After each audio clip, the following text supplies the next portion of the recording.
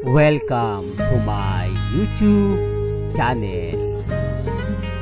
Kung bago ka lang sa channel na to at true-blooded Aldab Nation ka, tama po ang channel na pinuntahan mo, kaya considering na po kitang bagong subscriber.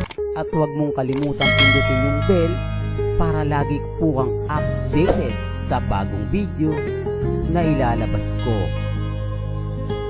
Salamat po sa iyong pag-click sa channel na to. There's one thing I've learned in my experiences about love sa stay ko dito sa industry. Love will come to you. Diba minsan kasi pag hinahanap mo, pag you feel like you're pressured because of your age, minsan dun pa na dadapa, natitiso dun minsan. So I think at the end of the day, mahahanap namin ng taong destined sa akin, yung destined ako para sa kanya, yung paths namin. So, and I'll wait for that.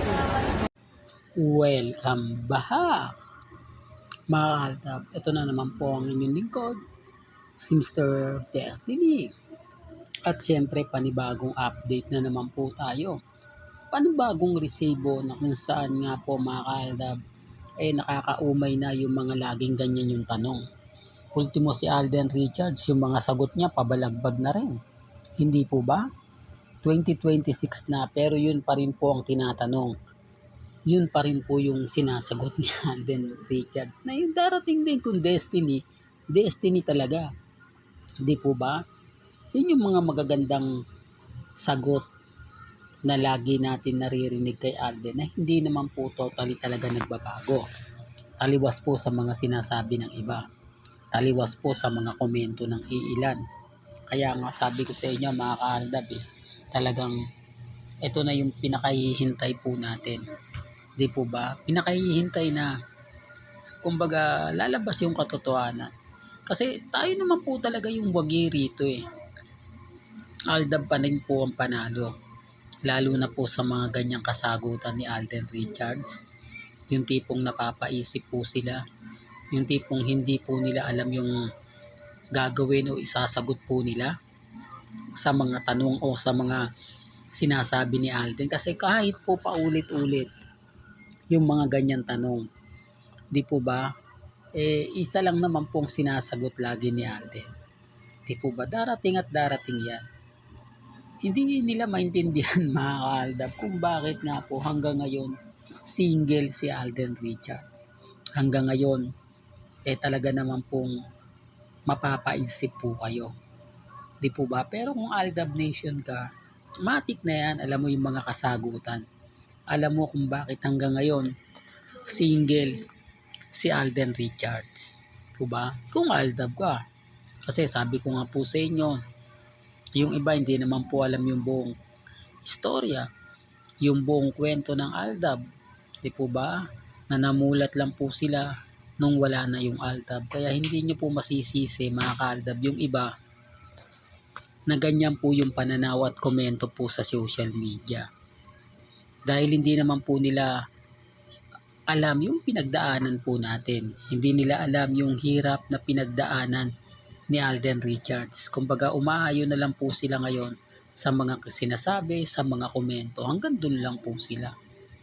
Yan naman po yung katotohanan, mga ka-Aldab, na kahit po balik na rin natin ang sitwasyon, na kahit sabihin po natin na keso ganito, keso ganon, wala pong magbabago. Wala pong makapagsasabi niyan. Ako nga po, mga ka-Aldab, never tayo nagpapatalo sa mga ganyan. Never tayong nagpapadala sa mga impormasyon na wala naman po talagang kakwenta-kwenta. Hindi po ba? Very talk to, mga ka-Aldab. Sinasabi ko lang po ito, mga ka-Aldab, para lang po malinaw. Para lang po sa mga taong bitter na bitter sa channel ni Mr. Destiny. Kaya nga po maraming inis, maraming galit sa akin. Kasi nga po nababasag ko sila, na ipapaliwanag ko yung mga bagay-bagay na gusto nilang maintindihan at gusto po nilang maunawaan. Gaya nga na sinasabi nila, wala daw si Menggi sa Bulacan. Wala pong problema yun. Hindi po ba? Normal lang po para sa akin yan. hindi daw po kay Mengay o kumbaga hindi daw si Mengay nagmamanage ng bahay ni Alden. Wala rin naman pong problema yan. Hindi naman po tayo namimilit eh. Tayo po yung tipo na kumbaga nagbibigay lang ng update. Nagbibigay lang ng paliwanag. Taliwas po sa mga sasabihin nila. Kaya nga sabi ko sa inyo, ako po mga kaaldab, kapag may nakuhang impormasyon, agad-agad ko naman pong ibabalita po sa inyo. Kung yung mga bagay-bagay na kay Alden lang, yung mga update, mga post, kaya natin magbigay ng resibo niyan. Kay Mengay lang po, di po ba? Although sabihin natin, madaling kumuha sa Bulacan. Pero sino naman po kasi yung tao na magpipicture at sasabihin yung ganito? Di po ba? Wala naman pong maniniwala dun. Di po ba? Sasabihin, hindi si Mengay yan. Di po ba? Kaya nga sabi ko sa inyo mga kaaldab, maging matatag lang po kayo.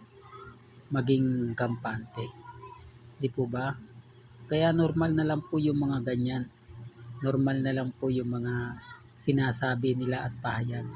Kaya nga po hindi basta-basta nagpapa-apekto si Mr. Destiny o yung mga taong kumbaga nagsasabi ng ganyan. Kaya nga matatag pa rin po ako. Di po ba? Nakikipaglaban, nakikipagdigmaan sa kanila. Hindi sumusuko at laging matatag. Hindi nagpapabaya. Kaya nga po ako laging updated. Kaya nga titignan nyo, di po ba? Never akong nagpapatalo. Never akong sumusuko basta-basta. Kahit sabihin na natin na talo ka na Mr. Destiny, okay lang, tanggap ko lang. Kaya nga sabi ko sa inyo, pag nandito po kayo sa channel ni Mr. Destiny, lahat po ng mga komento ninyo, pabor man sa akin yan o hindi, nare-respeto ko po yan at ginagalang. Yun naman po yung kagandahan nyo po sa channel natin. Kumbaga open po tayo sa lahat ng basher. Kasi kahit po anong gawin ko dyan, hindi naman po kumbaga makakatiis. Pupunta po sa inyo yan. Gagawa po ng account yan. Para lang po mambasag. Para lang po pabagsakin tayo.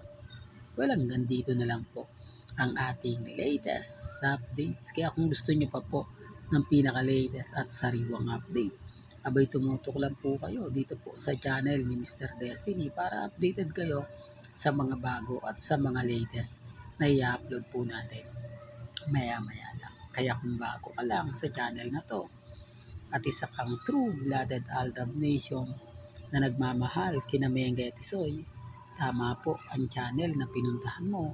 Kaya consider na po kitang bagong subscriber. At huwag mong kalimutang i-share ang mga video po natin sa mga mami, sa mga titas, at sa mga senyor. Hanggang sa muli, salamat po sa panonood at pakikinig.